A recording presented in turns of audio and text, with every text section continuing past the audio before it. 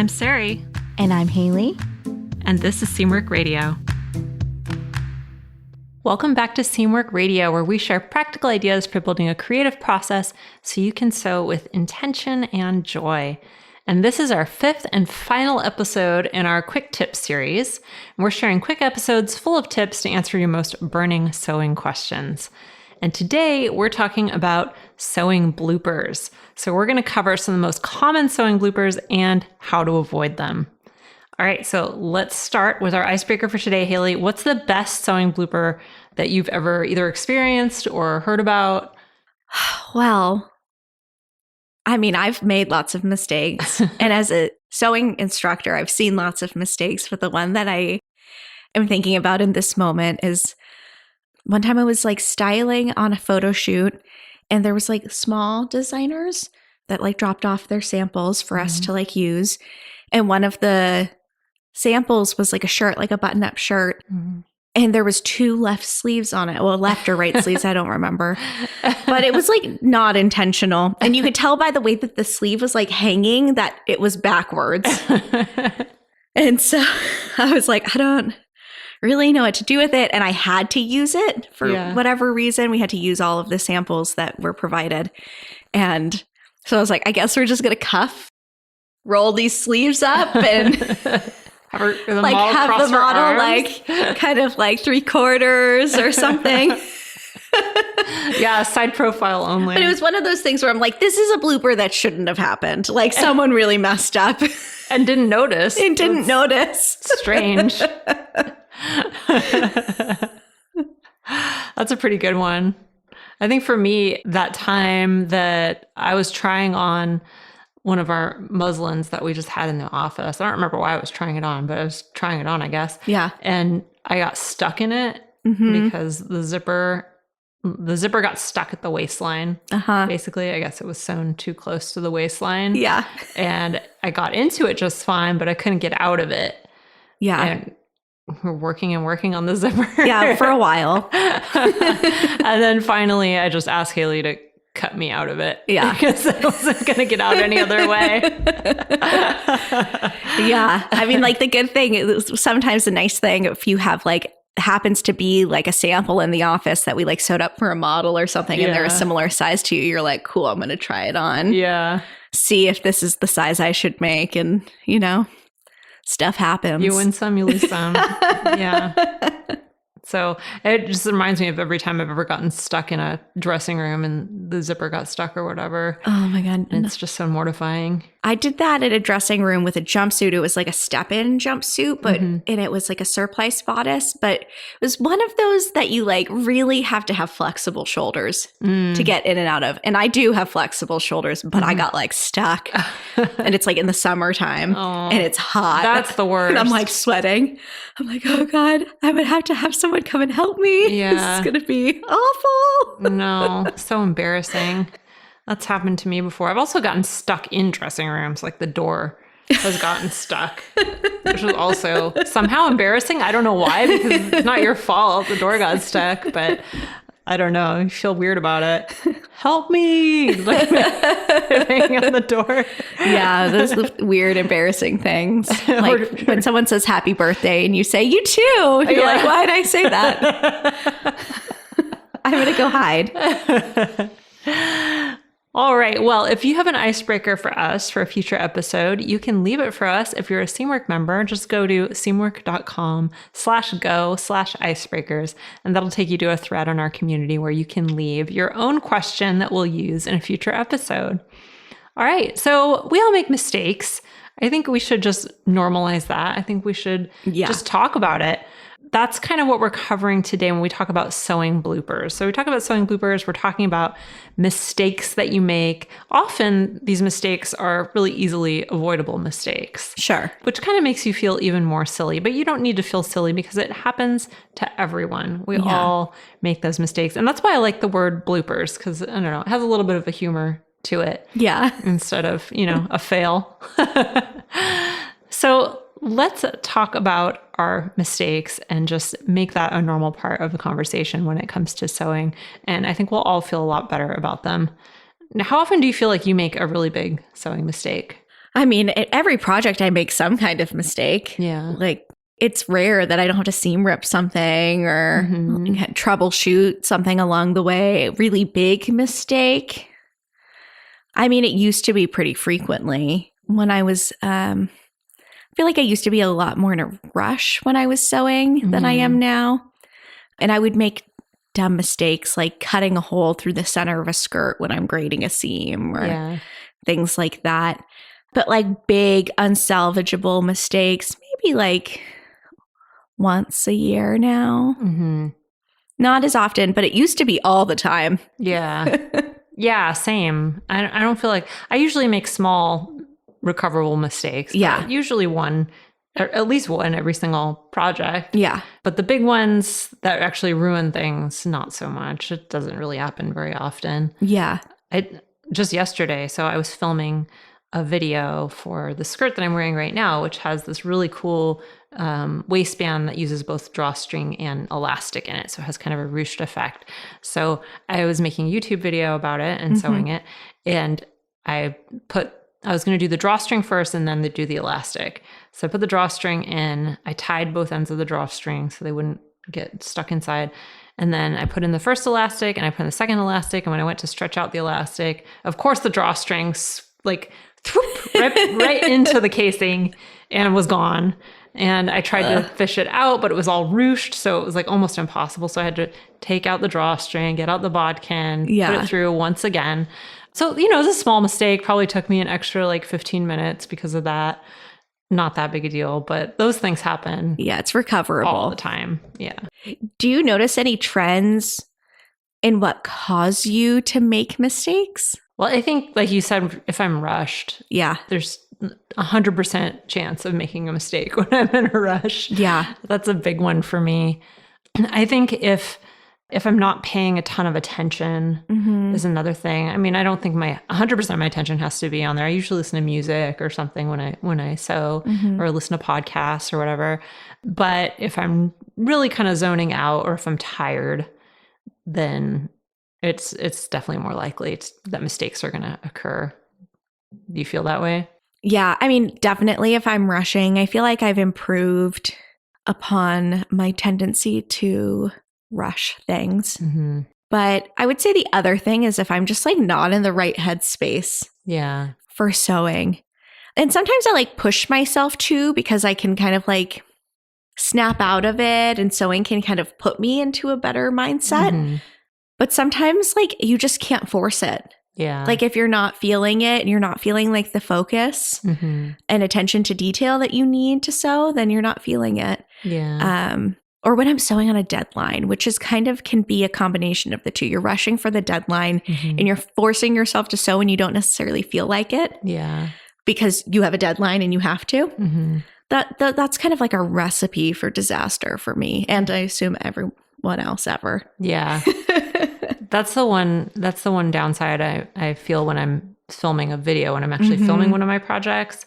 Because first of all, if you've ever tried to film an entire sewing project, it takes 2 or 3 times as long to finish the project if you're doing that. And on top of that, you want to finish it by a certain time, usually for me, because I'm making a video for YouTube or something. Yes. And so like yesterday, I wanted to film the entire thing in a day. And normally when I'm sewing, I don't really put deadlines on myself like that. So by the end of it, I often feel tired and I just need to finish. And so it's not as, I mean, I still have fun doing it, but I just feel like there's a little bit more of that pressure. Yeah. And that causes mistakes a lot of the time. Like the drawstring thing, that was at the very end of the project. Yeah. So, yeah, it's hard when you're filming things. That's also my same experience when doing like sew-alongs or projects for YouTube, that it just like, I always underestimate the amount of time it'll take. And it's always awkward because your camera's in the way of what you're doing sometimes. Yeah. So you're like, cool, let me like sew with my head like way over yonder. Oh my and gosh. I can kind of see what I'm doing. That was the story of my life yesterday. I was trying to get a close-up on something. I don't remember. And I I'm just filming with like a single camera and a tripod, and I was trying to get a good angle, and then the fabric kept slipping off the table, and I was trying to like get around the camera to put it back on, and then try to film my hands without bumping into the camera, and I was getting kind of frustrated. Yeah, it's tough. That's tough. Well, let's like dig into some of these bloopers and the things that you can do to avoid them. So the way that we like framed these tips is that we have kind of like a category of mistake that can be made, and then the things that you can do, kind of preventative measures so that you can avoid them in the future. So I will start us off with mistake number 1, and that is neglecting your pattern instructions. I think that this can be the source of so many various different sewing mistakes, kind of like assuming you know how something's going to come together, when in fact it was like designed to come together in maybe a very specific way. So the ways that we're going to avoid this, I mean, obviously you need to use your pattern instructions.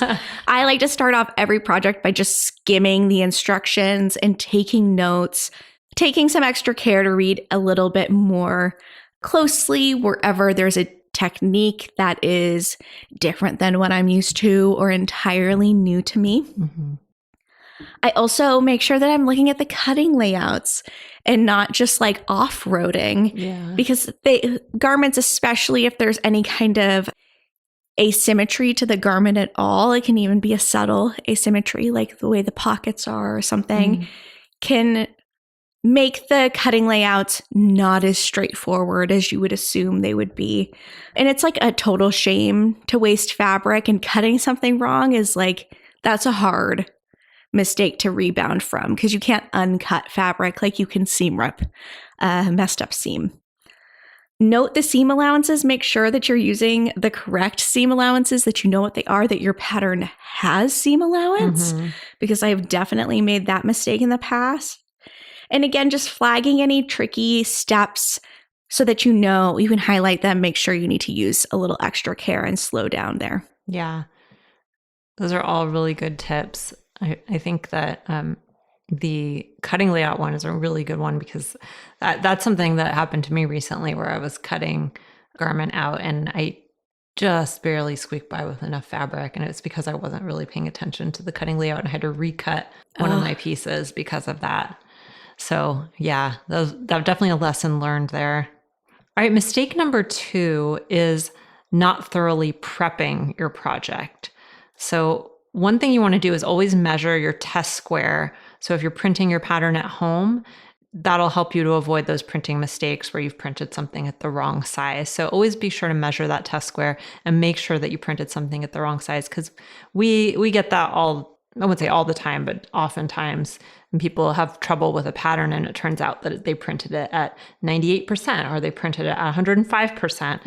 And you wouldn't think that would make a difference, but it really does, because each piece is a little bit bigger or a little bit smaller. And when you add those up, it comes out quite a bit bigger or quite a bit smaller. So that's one thing.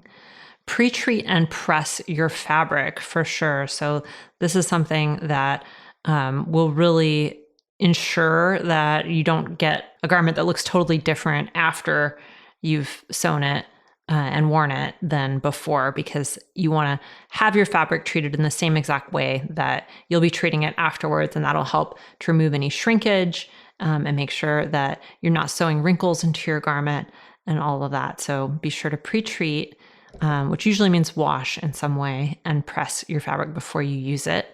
Be sure to transfer all your markings as well. This is when I was learning to sew, this is one of the ones that it seems so silly. Like, why wouldn't you transfer your markings? Yeah. But oftentimes I was so lazy and I didn't really understand why they were important, and I would just ignore them half the time. I don't know why. Looking back on it. Or I would be like, I'll add them in later, and then your garment's halfway sewn and you're trying to align a pattern piece. And you're like, this is a horrible choice. Yeah. So if you're not accustomed to doing that, definitely get into the habit. I really like the screw punch. We talk about it all the time for punching holes in your fabric. It's a really easy tool to use to punch a hole in anywhere on your pattern. It doesn't have to be on the edge, and that'll help make marking a lot easier. Mm-hmm. Yeah. Nice little keyhole for your pencil to slide through. Yeah. Test your stitches on a swatch if you can. So this is a really simple step that you can take just to make sure that everything is going to sew correctly. Just try it out on some extra fabric after you've cut out your piece. Very easy to do. Mm-hmm. And then finally, stay stitched to prevent stretching. This is another one that's really easy to skip, especially if you aren't really that familiar with stay stitching or know its purpose. But whenever you're sewing on a curve or a diagonal, there's a chance of the fabric stretching out because it's on a bias of some kind. And so stay stitching helps prevent that area from getting all stretched out. So you'll often be instructed to stay stitch along necklines, along any curved edges. If you have like a diagonal pocket or something like that, then you'll often be told to stay stitch. So that's what that's for if you're not too familiar with stay stitching. And that's a really, really important first step before you start sewing. I've made so many of those mistakes, and it's because I'm not as big of a fan of like the cutting prep part. I'm like always excited to just get sewing. Yeah. I think it can be easy to get in that mindset of like, I just want to sew and rush through those little details that make such a difference. Yeah. Okay. Mistake number 3. This is making assumptions about fit. This is, I don't love this mistake, but I love the tips for this one. So I think that it can be, especially when you're coming from like a ready to wear like mindset, and just the way that I think oftentimes we are like conditioned as people, and especially women, to like put a lot of value into a number, and you're like, this is the size I wear and I always wear this size. And I see so many people kind of get caught up in that a little bit too with like their home sewing. And the benefit of sewing your own clothes is you just have so much more information to go on. You have so many more choices. So really take advantage of all of that information that you're given so that you can ultimately get the best fit. So tip number 1 here is to read the body measurement chart and the finished measurement chart, because what this is going to tell you is the ease of the garment. The difference between your body's measurements and the measurements of the garment is the ease. You need ease to be able to move in your clothing. It's also there for design purposes. So if you're looking at something, you want a fitted button up, but the pattern you're looking at has 10 inches of ease in the bust, then that may not necessarily be the pattern for you, because sizing down 4 sizes to get the ease you want isn't necessarily always the best choice to make. So understanding that design intent and whether that garment is a good fit for you and taking into consideration the ease of the garment is so important, because you don't want to set yourself up to be disappointed. Another tip here is to take accurate and frequent body measurements, and also make sure that you're making a muslin, because it's an extra step, but I promise you're going to be so much happier with the way that your garments fit if you take the time to mock it up in some muslin fabric, and make a few adjustments for your body. Yeah, definitely. I'm a big believer in muslins for things that I think will need them. Yeah. I don't think you necessarily need to make a muslin for everything. Yes. But there are definitely some types of garments where they have saved me. Yeah, if I'm making a pair of pants, unless it's like elastic waist, wide leg pants, I'm probably going to make a muslin. If I'm making like a gathered skirt with an elastic waist, like something you're wearing, like, no. Yeah. It's not exactly conforming to my body in any way except for the elastics. So. Right. Yeah, absolutely. I think that's a really good rule of thumb. Just something to think about is, how fitted it is when you're considering whether to make a muslin or not. I think the other great thing about it may seem like a lot of extra work, but with something like pants, you'll likely, if you get a good fit, you'll probably make them again. Yeah. So you'll save a lot of time. if you get a good fit on them. If you don't get a good fit on them, you probably never make them again. So. Which will also save you time. You'll go back to the elastic waist pants at that point. All right, going into mistake number 4. Mistake number 4 is flying blind when you get confused or disoriented. So I often see this with things like zipper flies or sleeve plackets. It's hard to say, sleeve plackets. Yeah. Or welt pockets. Those are things that often have a lot of steps to them. Mm-hmm. There's, there's a real sequence that you need to follow, and it's not super intuitive, but a lot of times people will get kind of confused and just try and figure it out on their own. Mm-hmm. And that can lead to a lot of issues. So if you're getting frustrated or you're getting confused about something like that, just take a step, pause, read through that section of the instructions. And if you need to, you can even Google the technique so you can see it in a different format. So if the instructions aren't really helping you, try a video or try a photo tutorial or something else, or maybe even try a different method. But if you kind of just take a step back and make sure that you understand step by step what needs to be done, that's really going to be a lot more effective than just trying to figure it out on your own. There's no need to try and figure it out on your own. There's tons of support out there for you. And then if you need to, you could baste a mock-up. This really helps to kind of solidify how it comes together if you're having trouble with that. Even a really small, like half-size mock-up, obviously you probably don't want to do that for like a welt pocket. That just makes it harder. But if you're doing something that is on a larger scale and you need to try it out to see how it works, like let's say you're learning the burrito method for putting in a lining, and that can be kind of confusing. But if you were to make a little half-scale model, or even with paper sometimes, to see how it all works, that can be really helpful. And then sew a bunch of practice samples before you sew the real thing. So there's no reason to rush through it and get something that's not going to be a great result for you. So just take a few minutes, take some extra scrap fabric and practice it before you get going. Yeah. Okay, and our final mistake number 5, is letting imprecise sewing wreck your project. This is one of those things I feel conflicted about because I think striving for perfection in all places can be kind of toxic behavior. Yeah. But also, it's really important to recognize in sewing that multiple imprecisions can all align to make a problem that's much bigger. And lots of times imprecise, like, a project that doesn't fit quite right can start from imprecise cutting. If you cut something imprecise, you're like 1/8 of an inch off when you're cutting, then 1/8 of an inch off when you sew all of the seams. You add all of that up and suddenly your garment is 1.5 inches bigger or smaller than it was intended to be. Things can really add up. So really taking the time to practice as much precision as is available to you where you are in your sewing journey is a really worthwhile thing, and it'll save you a lot of frustration. So some of the things that you can do besides slowing down to help you be a little bit more precise is hand basting. Whenever you can, if you're in a tricky spot, you're sewing a sleeve that's giving you heck, maybe try hand basting it instead. You can also use pins or clips, whatever you prefer, very aggressively.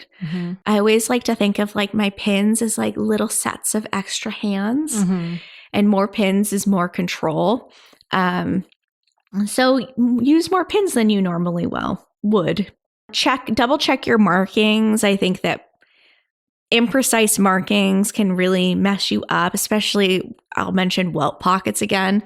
If you mark your welt pocket imprecisely and you sew a little bit off, like it could be a recipe for disaster.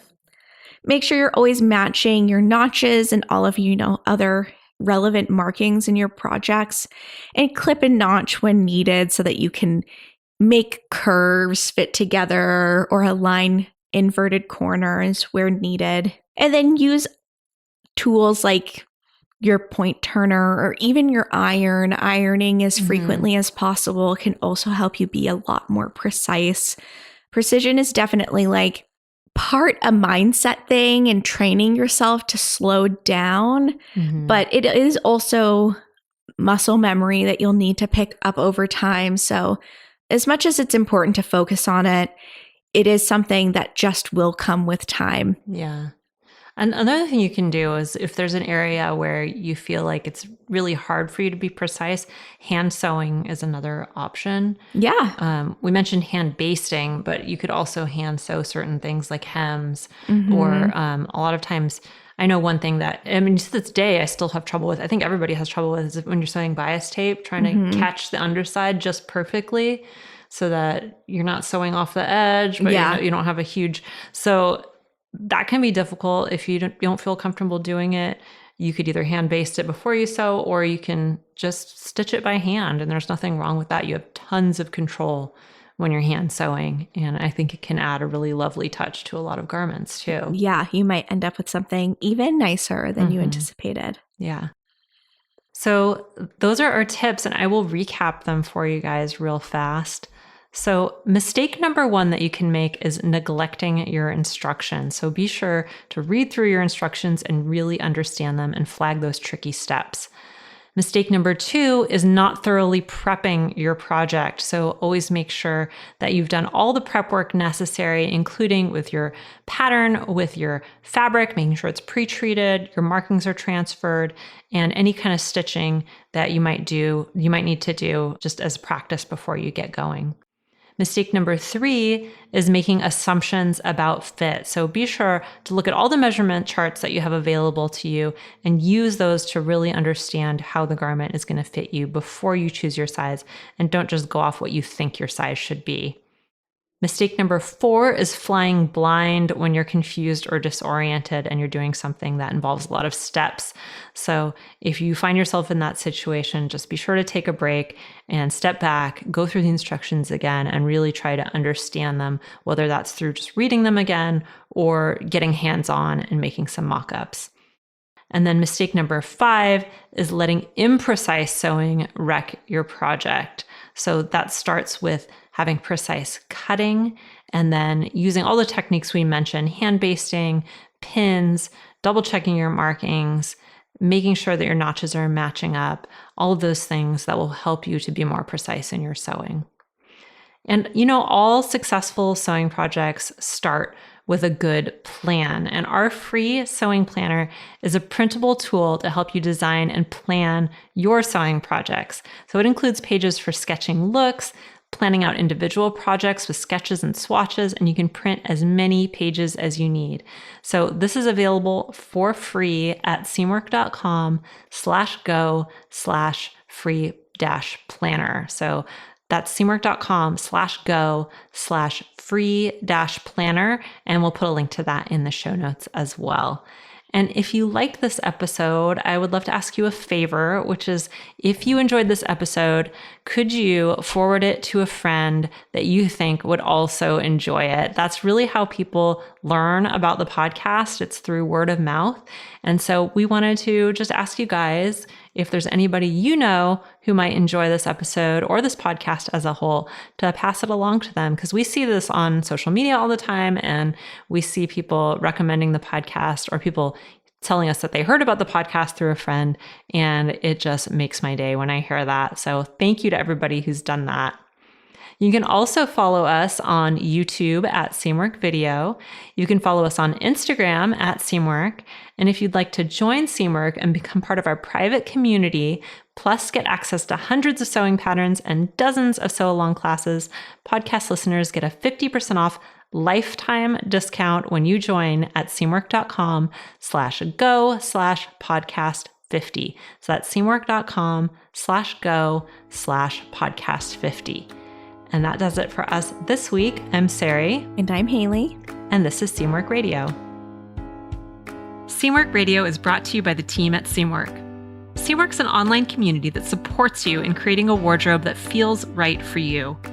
When you join us at Seamwork, you become part of our private community of makers, and you also get access to monthly sew-along classes, a library of over 200 sewing patterns, and tons of great resources to help guide you through the sewing adventure that you choose.